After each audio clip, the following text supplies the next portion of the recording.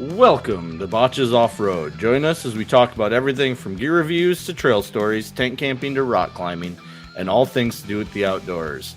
Today is a Northology episode because it's a new month and we have a new magazine to read through.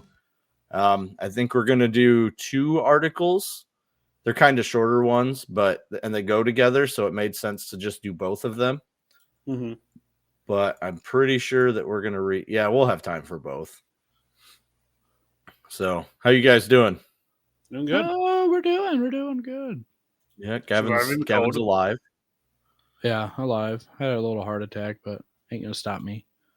Yeah, what the hell, dude?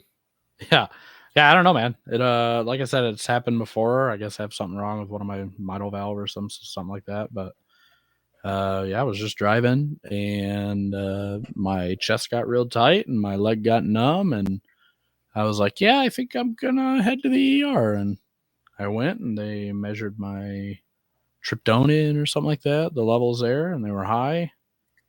And yeah, so that was pretty fun. I haven't been drinking as many monsters, and I'm taking my blood pressure medication now, so I should be alive for a couple more years at least. And yeah.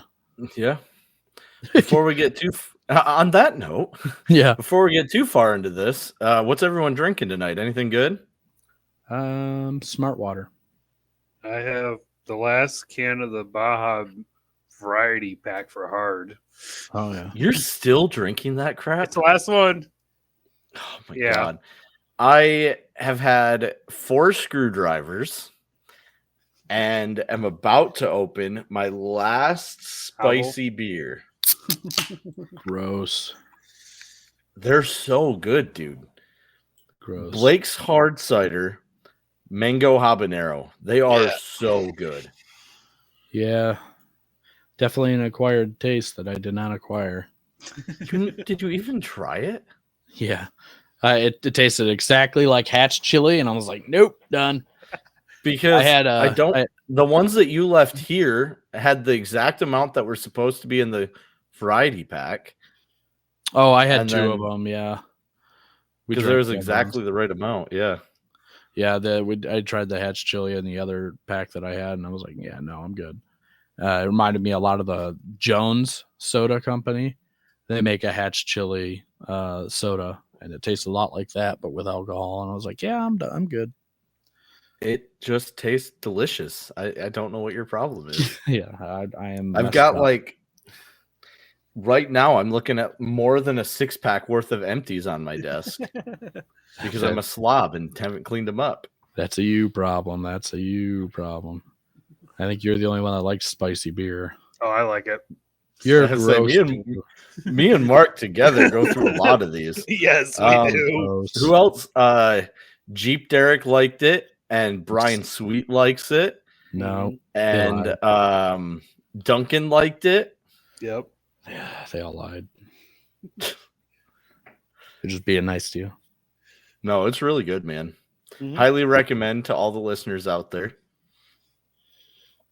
Yeah. Okay. Well, on that note, why don't we start the first article called "Winter Overlanding" by Jason Fletcher, and the first part starts just like this. Winter overlanding can be a thrilling and rewarding experience, whether you're tackling snowy trails, camping in sub-zero temperatures, or just exploring frosty landscapes. Preparation is key. Here are some essential tips and insights for winter overlanding enthusiasts drawn from the years of experience. And then the first start, it goes, embrace the challenge. Winter transforms ordinary trails into unique challenges. Snow, ice, and freezing temperatures can make even the basic gravel road an adventure. With the right preparation, you can not only survive, but thrive in these conditions. We definitely learned that. Unless you're in the UP. Right, yeah. Yes. Yeah. Just don't winter camp in the UP.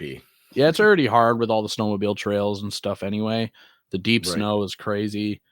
But we learned that on Poker Run, even with the light amount of snow, it did change the trail conditions considerably. Oh, yeah. Even even northern lower peninsula, it's really hard to do it just because there's so like camping is fine, but there's so many snowmobile trails. Yeah, it's really hard. And then of course you have the deep snow. I just went out here last week and for like a recovery mission here and got into some really deep wet snow, and that changed the whole trail. Made what easy off camber situations, you start sliding off the side of the trail a little bit and you're like, oh. We So should definitely talk about that real quick. So first off, screw that group for not accepting that lady when she needed help.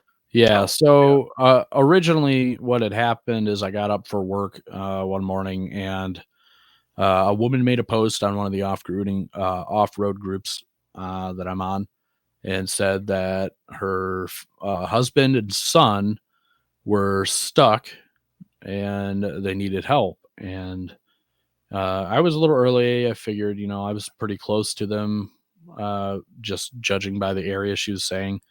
I was like, all right, I'll go out. I mean, couldn't be too bad.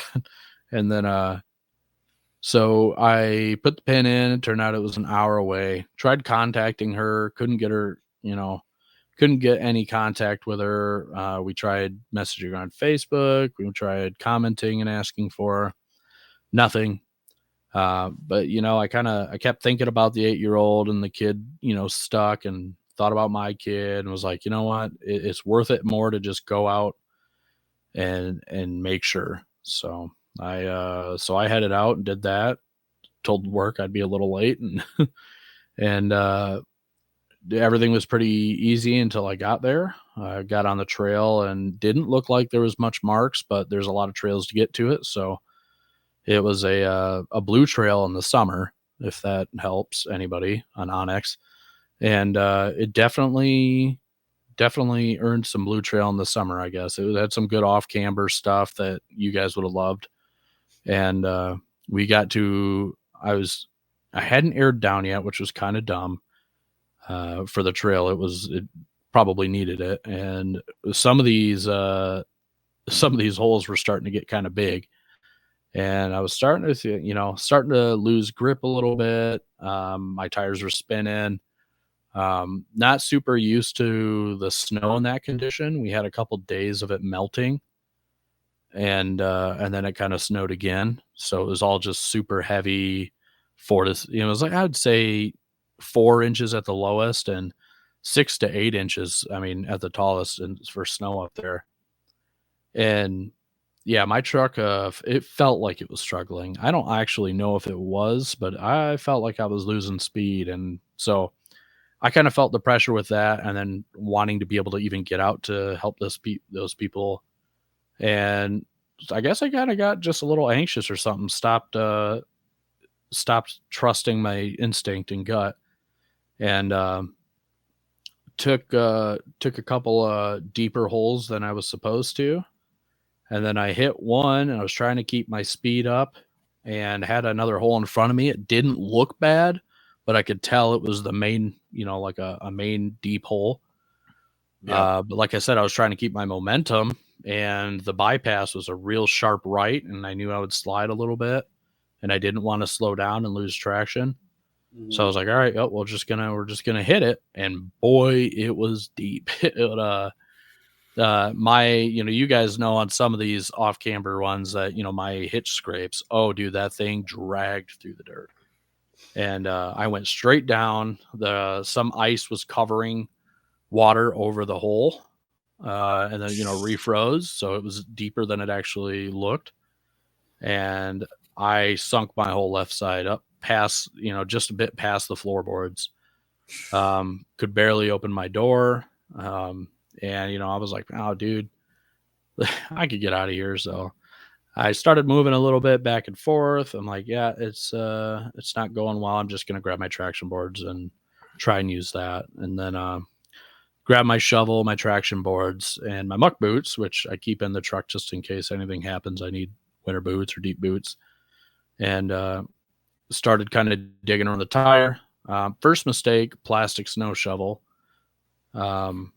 Wasn't good for getting solid chunks of ice and snow that was, really wet out from the front of my truck.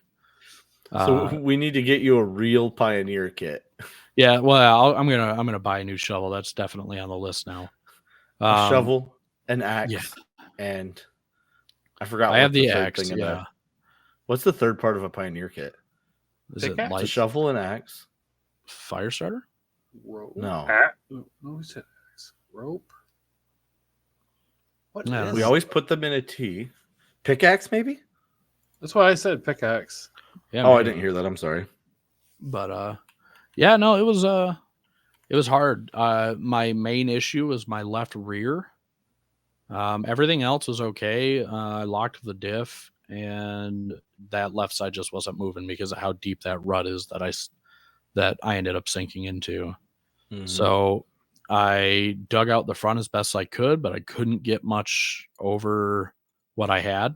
I only got like 2 inches deep before shovel couldn't do it. And then the rear tire was pretty clean, the rear side of it. So I dug that out pretty well, threw a traction board under it, and then threw a traction board on the front left one too, because that was the other side that was sunk down a little deeper. And I started to gain a little bit, started creeping back. I was doing okay. And then all of a sudden, I just lost all traction. And I get out, I look down, and that hole where I had it all cleaned and dug out was full with water. So there's once that water got in there, the traction board was doing nothing. So Yeah. that was that I almost had an instance, and I was super proud. I was gonna be like, Alex, the traction board, it finally worked. I tested it. and then nope. As soon as that water poured in there, that traction board, which this is a cheap traction board made out of plastic, they do they're have all the some with same. they do have some with metal studs in there that would have helped a lot. Yeah, but I don't. they all work the same. Mhm. They work the same, but I feel like if it had something to grab onto, it might have helped better. Right. I've watched that's just so what many. I've seen. I've watched so many videos of traction boards, and the only time I've seen people actually get out with them is when they honestly could have got out by rocking their truck. Yeah. And that's a valid point, but I do think with how I was stuck, I wasn't getting out by rocking. And if I would have, I honestly think if I would have been able to dug out the front of the tire, that I would have been able to get out with them, because that side wasn't the part that was filling up with water; it was behind it, deeper. Mm-hmm. But live and you learn. The traction boards were not working at that point. I put a moving blanket over the traction board to help give the tire a little bit more grip. And it did work a little bit. I got up and out of that like first part and then sunk back into the hole after I tried pulling out and stopping. I should have just floored it. And I didn't want to rip up my moving blanket, but yeah, that sucked. So They're like $10. I know, but I just didn't want to rip it up and like have pieces everywhere. So I ended up sliding back down into that, and then I was like, well, shit. And so kind of sat there and talking with another guy in a West Michigan off-road group, Mike, and he's like, yeah, I got another guy coming out. So I was like, okay, I'll just sit here and look pretty. And little ranger came by and he goes, are you Gavin? I'm like, yep. And he goes, all right, well, I get my kinetic rope out of the back, hook it up to him, hooked it up to my pin. He gave a little tug, and pulled me right out. No problem. So threw everything in the truck and we went down the trail and we're kind of trying to chat up. He goes, tells me on the way, hey, I'm from the area. I know that trail well. He goes, it's pretty interesting in the summer. He goes, there's a pretty good hill climb on that trail. He goes, in the winter, that would be really, really rough. Like in this kind of snow. And I'm like, huh, okay. He goes, I went to the mouth of that trail and there was no tire tracks, no signs that anybody had been on it recently. He goes, so I'm not really sure, the post is at 6 a.m. He goes, I'm not really sure why anyone would be out there on a Monday. And I'm like, yeah, you got a point. And so we chatted it up. Like I said, he explained the trail conditions and stuff. And he goes, we still haven't heard from him. And I'm like, yeah, I think it's not worth risking both of our rigs. And I said, and because no further contact has been made, we should probably call it off. And he goes, well, I'll take my side by side down it later if nothing happens, and I'll check it out to just double check and make sure. I'm like, all right. So as I'm leaving, probably about 30 minutes after I had aired up, cleaned up, put everything back on my truck and left, we get a message with a screenshot saying someone finally got a hold of her, and she goes, oh no, I posted that like what'd she say, like back like 3 or 4 months ago. And she's like, yeah, we'd already gotten help by then. And I was like, oh, well, motherfucker. So it was a glitch in the matrix. Someone was a little slow to approve her and the post. And it was a mistake. I no harm done on my side. I got out. I was fine, other than some gas money. But, that it's not any big deal. I mean, we obviously in these off-road groups, we try to make sure that people get approved as soon as possible for certain things like that. So on the admins and mods of that group, it's on them a little bit, but I got praise from the group for at least going out and trying, and so another live and learn for me experience wise in the snow. And then so that was a fun, and by the way, I will add right now, if I had a winch, I would have been out of that in a minute. So that's further solidified. And Mike, the guy who I was chatting with, was like, you need a winch. And I'm like, I know. So that further solidified that and made me start prioritizing winch stuff, which is a story for another time now. Man, both of you within the next like 2 months should be sitting on winches. Yep. Oh, yeah.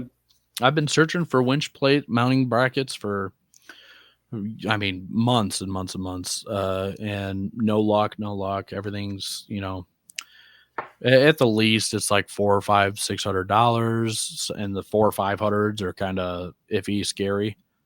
And finally I went on Marketplace, and I've been searching Marketplace forever, but found a Marketplace. There's a guy in Chicago about 3 hours from me, and he had one for $150. Fingers crossed, I'm coming this Sunday to pick it up. And then there's a guy on our Facebook group that's got a winch and everything that he's selling. So hopefully I'll buy that from him, and I will be set up and all good to go. Yeah, what's Casey looking for out of that? Because that's a Badlands, right? I think he said 400 with that and the lead. The lead he said was, I've heard of the lead before.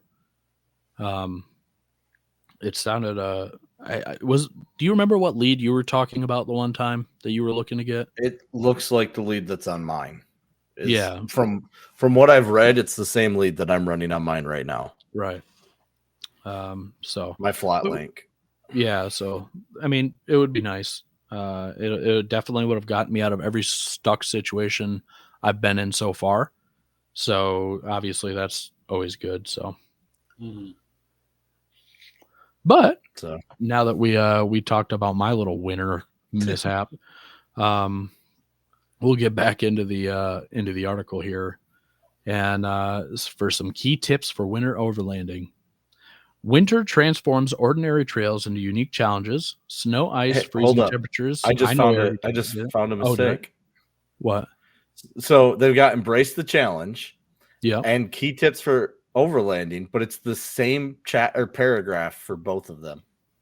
Oh yeah, you're right. I thought I had read that over again. I thought I was like, whatever. So we'll move down.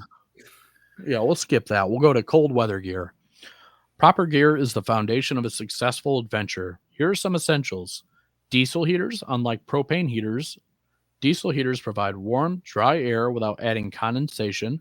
They're efficient, safe, and can keep your tent toasty even in extreme cold.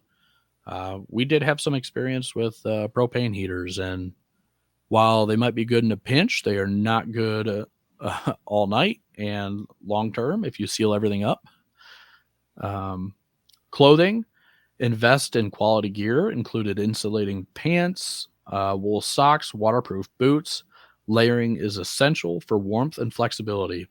A heated jacket can also be a game changer for staying comfortable around camp. So I got some things on this one.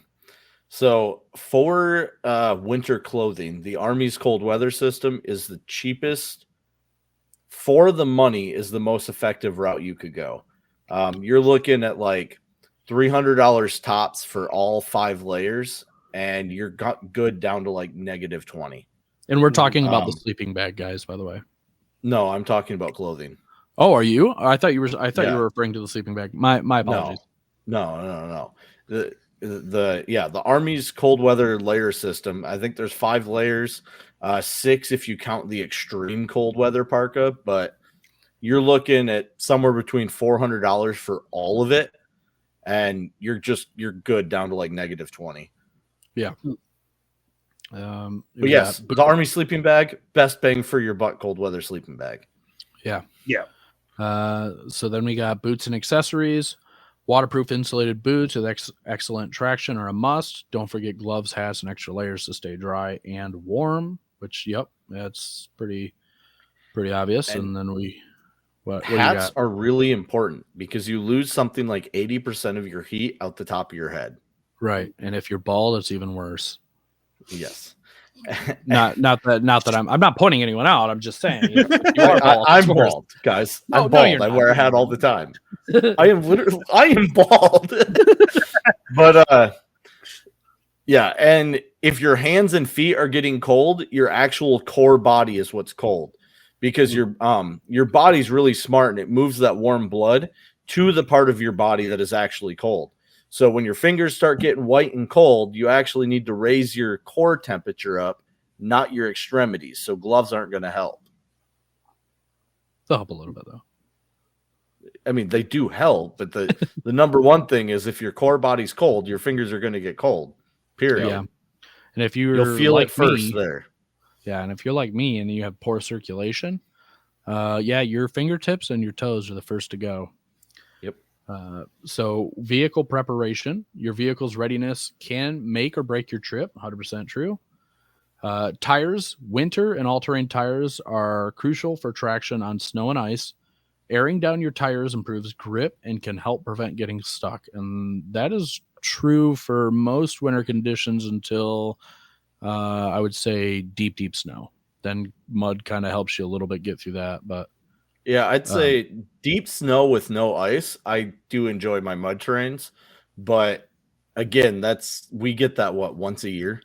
Yeah, 9 times out of 10, it's maybe deep snow with ice underneath. So yeah. And when you're prepping for, let's say, tires, be realistic. What is happening in your area or the areas that you're going to travel?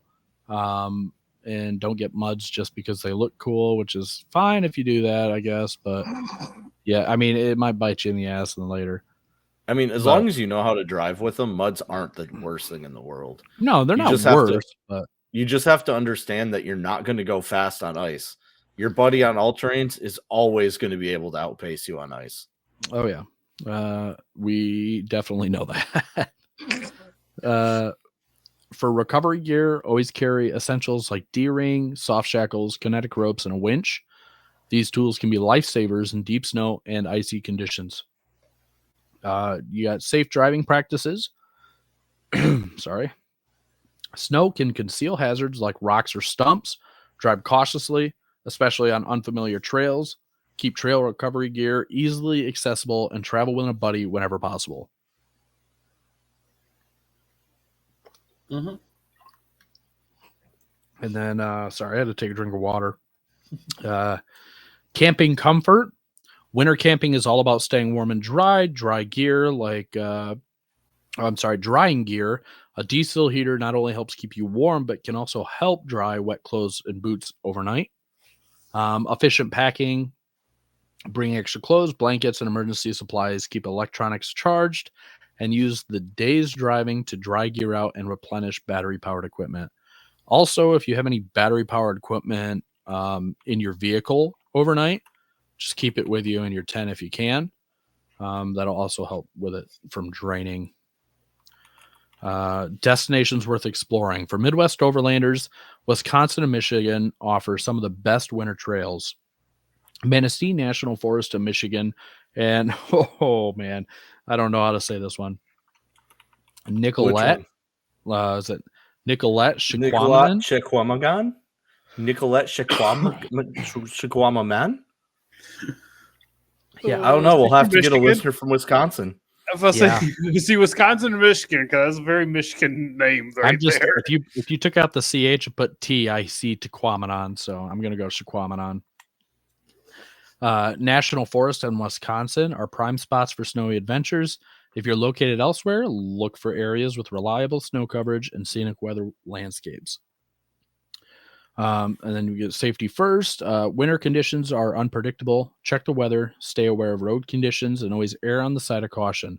Driving slowly and remaining vigilant can help you avoid accidents. Travel with friends when possible, and ensure your gear is prepared for emergencies. I'll I'll come out and say it. If you're on winter trails, you should be with people. You should not be alone.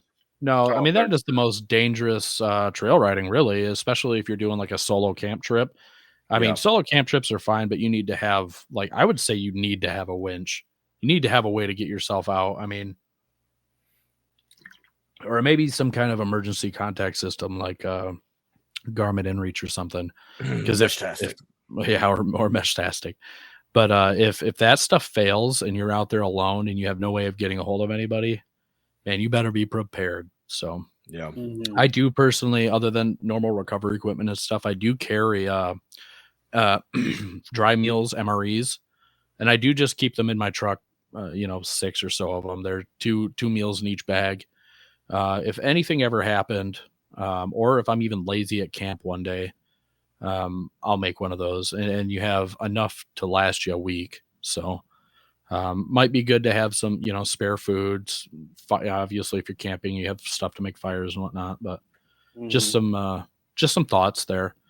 But final thoughts on the article. Winter overlanding opens up a world of possibilities. It's an opportunity to experience nature in a completely different way, away from crowds and the heat of summer.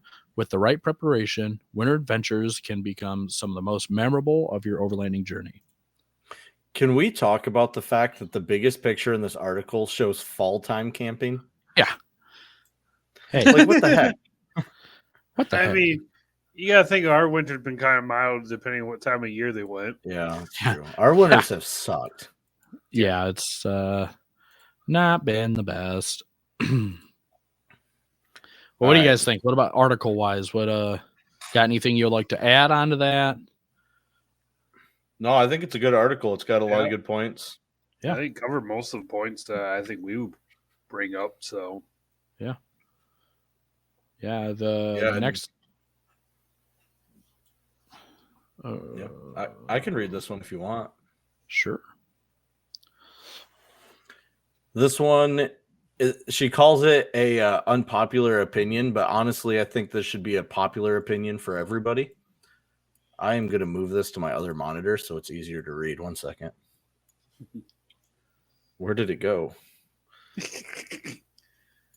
Too many monitors, guys. I'm gonna, while he's doing that, I'm gonna read you guys a little story before this. There's a sign up near Two Hearted Campground, Chris Point Lighthouse in the northern UP, a little ways off of Newberry. And this is what the sign says. At this spot on April 24th, 2015, the Michigan State Police rescued 2 sisters from Oklahoma and Nebraska who had their SUVs stuck in the snow for 13 days. The sisters survived on Girl Scout cookies, Cheetos, and other snack foods that they had with them. So that sign is actually posted on the side of the road up to those Chris Point Two Hearted locations as kind of a reminder for people. The UP is it's a dangerous place if you're not ready. Oh, yeah. These people obviously it was into spring and the snow is still pretty dang deep up there. So I mean, preparation. on average, when you get like 70 to 80 inches of snow in a winter, you can't expect that to go away very fast. I mean, you're looking well into May or April before it's gone. Yeah. So these sisters were very lucky that they had snacks, and there have been stories of people not doing as well. So it's a good reminder. It's nice that they put that out. That kind of opened my eyes for me during my little escape trip, as I had mentioned in our Radio Chatter podcast, that, you know, going up there unprepared can really lead you into some issues. So, yeah, that is a very good story to put before this article. So, the article says, unpopular opinion, gatekeeping the UP. Social media groups are full of discussions and accusations of gatekeeping when one party feels like they are not getting traction in their requests for locations and trail info. Gatekeeping isn't necessarily bad. It helps ensure that special spots remain clean and taken care of, preserving them for our future. Just look at what happened to Paradise Point near Christmas. An excellent camp area shut down due to the wrong people finding it. State's Derek V of Mitten State Tours. Yeah. We recently witnessed a different kind of gatekeeping and discussion in Michigan Overland regarding overlanding and camping in the UP in the winter. This is also kind of gatekeeping we can get behind, and we want to explain why. The Upper Peninsula of Michigan is paradise for off-road enthusiasts when the season is right. However, as winter blankets the region in deep snow, attempting to traverse off-road trails becomes not only impractical, but also potentially dangerous. Even experienced off-roaders and locals avoid these trails until after spring melt. If you're considering a winter overland trip in the UP, here's why you should think twice. In the end, this isn't really gatekeeping. It is a fair warning to those unfamiliar with the sort of weather and snow conditions that many just have not experienced. Yeah, because the snow up there gets deep, man. Yeah, and people don't realize it. There was actually a post about this on MST. And someone was asking about doing an overlanding trip here in the winter up to the UP, and the general consensus by everyone was, hey, don't. There are tons of snowmobile trails. The other trails are extremely deep and dangerous. It's not a place to really overland, and you really need to know what you're doing and have a good plan. You need to make sure the trails aren't being used by snowmobiles.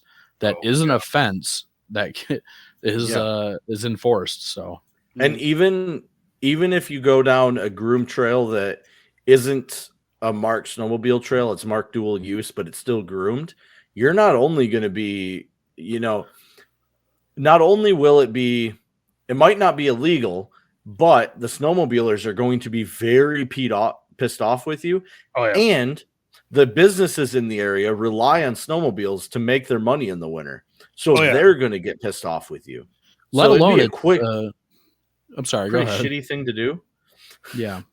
Let alone it's actually dangerous for snowmobilers. Very much so. You're digging up, 30-inch ruts in snow, trying to get out of it because you're stuck, and then it freezes, or even just later in the day, snowmobilers come hauling ass, which is pretty typical on these snowmobile trails. They're not really looking for trucks and ORVs there. They come hauling ass and hit a 30-inch deep rut. That's a snowmobile death or severe injury, and it's not worth it. And we've heard of it. So we've heard of it before. 2020, I was out with my father-in-law snowmobiling, and we were just bombing down a trail. We were doing like 35, 40 because he follows the law and follows the speed limit. So, I mean, we weren't going fast, but we came up to a spot where a truck had gotten stuck, and my right side ski fell down in the rut and snapped the ski off. And that was a very pricey repair bill. And lucky. If I'd been driving the way I drive when I'm not with him, I would have died. Yeah. And my dad, I cruise at like 85, 90. Yeah. My dad had a skidoo that he was taking on a trail. There was a hole in the trail. This is around, I think, Bath, Owasso area, but there was a hole in the trail, and he hit that and launched himself and his snowmobile into the tree. And snowmobile hit the tree behind, or hit the tree while he was in front of it, so it crushed him. He broke his tibula. What is that? The first part on your main leg? Or is that fibula? Something like that. The big part or the small one? Yeah, the big one. Oh, I broke the small Femur? one and didn't know it. He broke that. He broke a bunch of ribs. He broke an arm. He was just lucky that someone found him because at that time cell phones weren't super popular. There wasn't a lot of that going on, so he was lucky someone found him, and he barely got out of that with his life. So it's important to know and plan, as we said. Mm-hmm. Yeah. Snow depth is a game changer. Many people from non-snow regions often don't realize what it means to have literally feet of snow on the ground. Even heavily modified off-road vehicles with 37 or 40-inch tires, front and rear rockers, and experienced drivers struggle to make progress. Snow wheeling is an extreme sport, and it is not for those simply looking to take in the scenery. For overlanders accustomed to dirt roads and scenic backcountry routes, winter in the UP is a whole different level of challenge, one that most are not prepared for. Deep snow, 100. like what you get in the UP, is the one time that mud trains are good in the winter.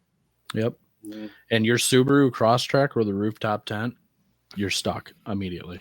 Why do you have a rooftop tent? First off, why did you put a rooftop tent on a Subaru Crosstrek? It happens, man. You see it all the time. There's one that drives around Newego and drives me nuts. Because I mean, it's not a small rooftop tent either. No, is that the one that's on the basket? It's not even on like a good roof rack.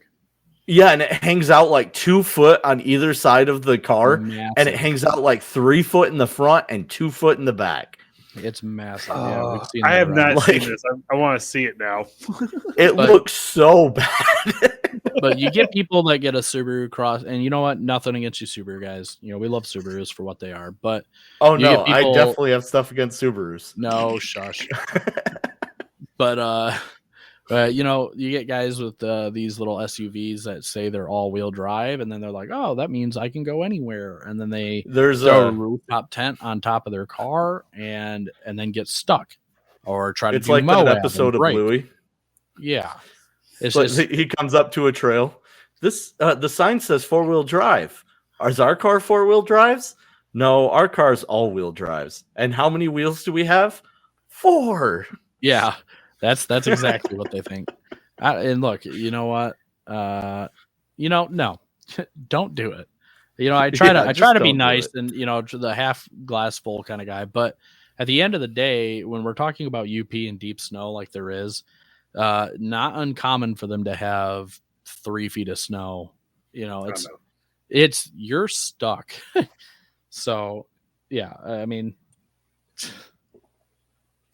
yeah. According to Visit Keweenaw, the Keweenaw Snow Gauge is an iconic destination for travelers visiting the Upper Peninsula of Michigan. This life-size snow gauge shows the Keweenaw's record snowfall that was set during the winter of 78 to 79. The blizzard of 78. Yep. Go figure. Mm-hmm. During that winter, the Keweenaw received 390.4 inches of snow between November and April.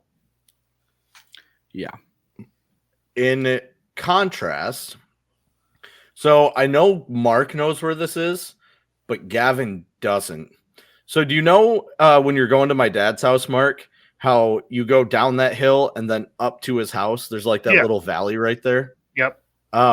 So in the winter of 78, that valley drifted over and just looked like a straight road. Oh. So that's like, what, 30 foot high there, roughly? Yeah. Roughly 30 or 40 feet high. Mm-hmm. That's how much snow we're talking in the winter of 78. Like we've never seen a blizzard like that in our lifetime. Yeah, you're talking about 2 feet in a night or less or more, you know. It was they got 7 feet in like 3 hours in the blizzard of 78. Yeah. here in Grant anyway. Up in the UP, Way more. Yeah. Physics and weather matter. Even if some trails technically allow access, winter conditions dictate what is actually possible. This deep snow, changing temperatures, and unpredictable storms can quickly turn an off-road adventure into a rescue situation. Soft snow can swallow vehicles whole, and self-recovery becomes nearly impossible without the right equipment and experience. When winter takes hold, it's not about what's legal, it's about what's physically possible, and weather always wins. Yep. Yep. Very much so. I mean, winter is for snowmobiles. Snowmobiling is a major contributor to local economies, and clubs invest significant time and money into keeping those routes in top shape. When off-roaders attempt to push through, even if they're just crossing a snowmobile trail, they risk damaging trails that aren't meant for vehicle traffic. This can create dangerous conditions and disrupt an industry that many local businesses rely on to get through the winter. As Just like we were already said. talking about earlier. Oh yeah. My coworker went up, bought a house up there in the UP. They went to go out and eat dinner. Every bar was filled with snowmobiles. I think they gave up trying to find somewhere to eat for how busy they were. Oh yeah, people travel from other states to come up here and do this. Yeah. And it's an every weekend thing. Every weekend? Every week? All day? It's 24/7. I lived in Kalkaska, which gets a pretty fair amount of snow, which is still in the lower peninsula. Kalkaska and the trails around that area, which is the same kind of Cadillac, area we were talking about, has significant snowmobile trails around there. I mean, it's every weekend, everything's packed with snowmobilers. The motels are packed.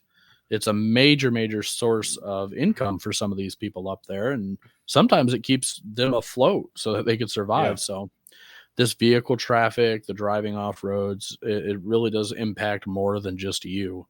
Mm-hmm. Right.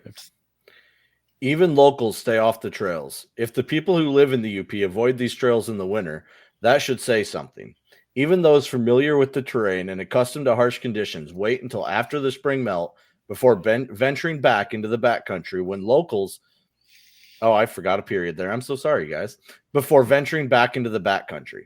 When locals who know the trails better than anyone choose to stay off them, it's a clear sign that winter wheeling in the UP just isn't a good idea. Yep.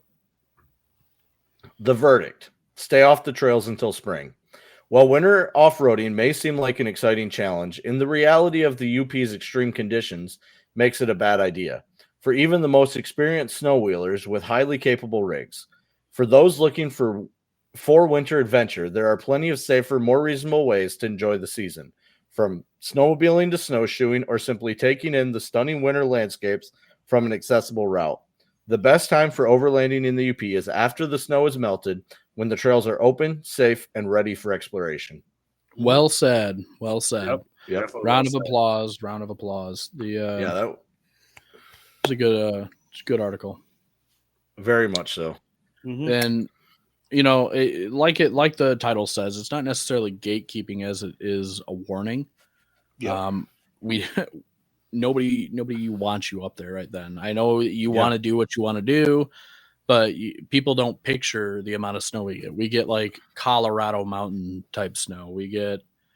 The UP definitely tops Colorado mountains in snow. Right. I mean, it's like double the depth. It's significant. I mean, you got to think we have lakes surrounding us. We get in Michigan what's called lake effect weather, where the lakes are so big that they actually affect the amount of snow that we get. They generate more snow. Yeah. Right. So the whole left band of Michigan is under lake effect. The what is it? New York, that area that gets affected by Buffalo area. You ever hear about all the crazy snow that they get over there? That's a major contributor from the lakes. Oh yeah. So you have to think about that. That the more north you go into Michigan, the deeper the snow. And that's pretty common. So if you want to do some snow overlanding, snow wheeling, stuff like that, do it in lower Michigan. Yeah, try it in lower Michigan. Try around where we're at. The Everett area is really beautiful. Cadillac, if you know where you're driving, like I said, there's a lot of snowmobile trails around that area. But if you plan it out well, talk to locals in the area, make sure you know what's going on. That can be a very beautiful area to go to. Yeah, Cadillac. I don't know. I feel like Cadillac, maybe even ever. It depends. If it's really deep snow, honestly, just stay away. Like I love yeah. snow wheeling. Oh yeah, I really love driving in deep snow, but I'm also a snowmobiler, and I know how pissed I get when someone's torn up the trail. yeah. Like I said, it comes down to a lot of planning. But Michigan snowmobile trails are, like we already said, a large income source for people in the area, and you Pretty get much White Cloud North is I was going to wintertime. say Grand Rapids It's North, but yeah, very heavy. yep, After White Cloud, it's really heavily dependent on snowmobilers for income for the rest of the year. right. Yep. So yeah, it was a good article, man. Thanks to Northology and Cindy Pope up there. We really do appreciate the. She gives us a little shout out where we like to read our articles. Gives us a good topic to kind of go off of, something that we don't always think about all the time, and Yep. it's a lot of fun. We still got 15 minutes. So my question is, Mark, what did you do off road last week? Last week. We know what Gavin did. Yeah. I think that's the only thing off road that we did was rotate my tires. I was about to say all we did was go hang out with Derek, Yeah. Jeep Derek. I would say, yeah, I still have a shake. I don't know what it is. I'm really over it. Yeah. Yeah, I think that's it. Oh, and we planned out your new bumpers. You want to talk about your new Oh, bumper? yeah.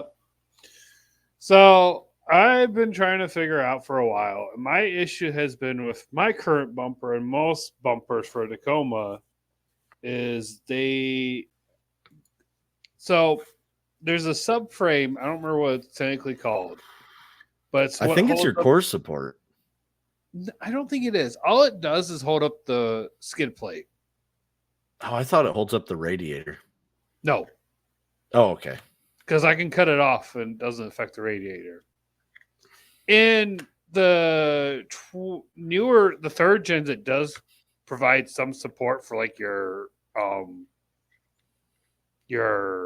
power steering lines. Gotcha. Okay. Because in that company when they so what I'm gonna do is get a I forget the name of the bumper. Anyways, I'm getting a bumper for C4. It essentially you get a skid plate relocation where you raises the skid plate up, so it's actually more of a actual leveled surface and not just a weird chin underneath the bumper like most bumpers are. So it can actually direct rocks down your bumper and then under you rather than down your bumper and then into the skid plate mount? Yes. Yeah. Rock crawler is the bumper. I was trying to remember what it was. Yeah. Anyways, so essentially I'm going to get the bumper and then the relocation delete of the cross member raises it up and then it'll have a reinforcement bracket which will keep from the bumper being pulled out like it did the last time. Yeah, because your bumper, we pulled it out. What? It's a good 2 or 3 inches that it's pulled out right now. Yes, it's pulled out and it's twisted not his frame. It bent the frame horn at the end just a little bit. Yep. Yeah, that was crazy. He was pretty stuck though. Yes. It's not just from that event. Like no, it was from multiple times. I've been commenting on it doing something weird for a while now because one side of his bumper wasn't touching his grill and headlight and the other side was. Mm. So I knew it was twisted. I just couldn't figure out why. Yep. But what does not help is that the clevis holding area, the clevis holes, is literally above the actual frame rails. So instead of using the frame, for support, it bends down or up on the frame. Yep. Yeah. It's bad engineers. Bad. But that's like most of the bumpers. Like I've gone through and looked at them. A lot of them fixed it by reinforcing that, but you look at a lot of the bumpers, they're not meant for actual off-roading like they're supposed to. Ooh, I just think it's a bad. Go ahead. Sorry. Oh no, you're good. Keep going because mine's off topic. I just think it's a bad. I almost want to say it's a bad design on Toyota's part because they didn't give a good spot to connect a bumper. Like no matter what way you look at it, that spot is not great for adding an off-road bumper. I mean, considering I think any Tacoma newer than or 2005 and newer all plastic bumpers begin with. Right. Yeah. I mean, so's even Devon's 01. It has like a hybrid metal and plastic bumper. I'm about to say, I was trying to remember if that one was a mix or not. I just know 05 from up is pretty much plastic bumpers. That's an off-roady thing I did. My little brother bought a truck. And I got to go with him to pick it up. Woo. It is the world's rustiest 2002 Tacoma. There you go. Looks like hell. It's a crew cab short bed. The frame is literally one giant patch from front to back, but it runs good. And for $3,500, I don't think he could beat it. No, that's good. Let's see. Upcoming news for me. I have going to get my winch plate from Chicago here Sunday. I have a run up in Gladwin Saturday. There's an MST. That MST one? event. Yeah, there's two of them actually going on. There's a Bronco run, MST event run, and Mike invited me to the Bronco run. So I was gonna go to Nolan's. He's a member of the MST. He's got a little open house or housewarming party. Was gonna go to that, but with the kid having RSV, we're gonna try to stay away from people, and we're gonna do that run instead, probably Saturday. Hope and pray I don't break anything. Yeah, pretty happy for Nolan. His life seems to be turning around pretty good. Heck yeah, man. He's also a no agenda douchebag, so I have a really deep connection with him. He's a good guy. He's a good guy, and I met him on MST on one of the trail rides. He's got a kid, and we bonded pretty good. There's a lot of good people out here that do off roading that have kids, and it's always nice to see someone else doing it too. And his Avalanche is it's obviously capable because he spends all his time in End of the World, and that's like the most hardcore mudding you can do in our area. So. Oh yeah, if anybody knows Nolan, they know that he likes his mud puddles. He swerves for them while we all swerve around him. He's Swamp Team East, and me and Mark are Swamp Team West. Yep. They are. I don't like to participate in swamp meets, but hey, I've seen you in some pretty swampy shit, though. Yeah, you know what? I seem to be getting myself into more issues lately. I don't know if I'm just getting cocky or you guys are bad influences. I think that you got a little bit of confidence, and now you think that you're unstoppable. Yeah, well, I know. I was humbled. I know I'm not unstoppable, but that was me. That was me back in May before I, sunk my truck in Drummond Island. Yeah, no, I'm not even chancing that. But I did want to bring up something to you guys. Just want thank you to the to listeners. We really appreciate you guys listening in on our podcast. We know it's still a work in progress and it's getting better every episode. But I did want to do a little thank you. I don't know if you guys noticed this, but we have 61 downloads on one of our radio chatter episode. What's your favorite mod to your rig? So that's the highest amount of downloads that we've had on any of our episodes yet. It's pretty exciting to see us up there at least. It's not just that one. Like we have a lot of episodes in the last month that are like over 40. Yeah, we're starting to pick up a little bit. In the last 30 days, we've had 342, which is 77% up from the last month. So, and I was on Snail Trail. So Snail trail. Yeah. clearly we're doing something. Yeah. I mean, we've had a couple guys like Benji Ward, Cindy Pope. Was it Traveling with Cars or Shooting cars. Shooting Cars? Yep. Sorry.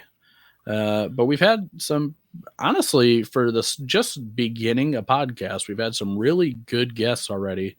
So it's exciting to see that this is starting to pay off. We're starting to gain a little bit of traction. We're seeing people download from other countries. Crazy amount of spread that we're getting in that area. But This is when we find out that all the downloads are actually bots and the internet's dead and we're just the only ones pumping real content in now. oh man. Yeah, no, I mean it's cool. I mean, we got most of our downloads obviously from America, but we got some speckled around, man. It's cool to see it. Cool to see it in other countries. We just want to thank you guys, man. Thanks for listening, putting up with us, sure. being dumb or rambling, and stick with it. And thanks for listening to me get drunk almost every single Wednesday, whether you Yeah. realize it or not. Yeah, you might realize it. This episode they may. I am pretty sloshed. Oh gosh. So I had to go and take a break because I've been drinking water like crazy, but it's like it's going out of style. All of a sudden, when you drink a lot of water, you have to pee a lot, and it's kind of dumb, honestly. I purposely have not broken the seal, but I gotta pee so bad. But I know once I do, I won't stop. Yeah, but hey, well, that's maybe we should go let you go pee then. Yeah. Yeah. All right. Well, thanks for joining me, guys. Yep. This was a really good episode. Yep, and we appreciate you guys listening in.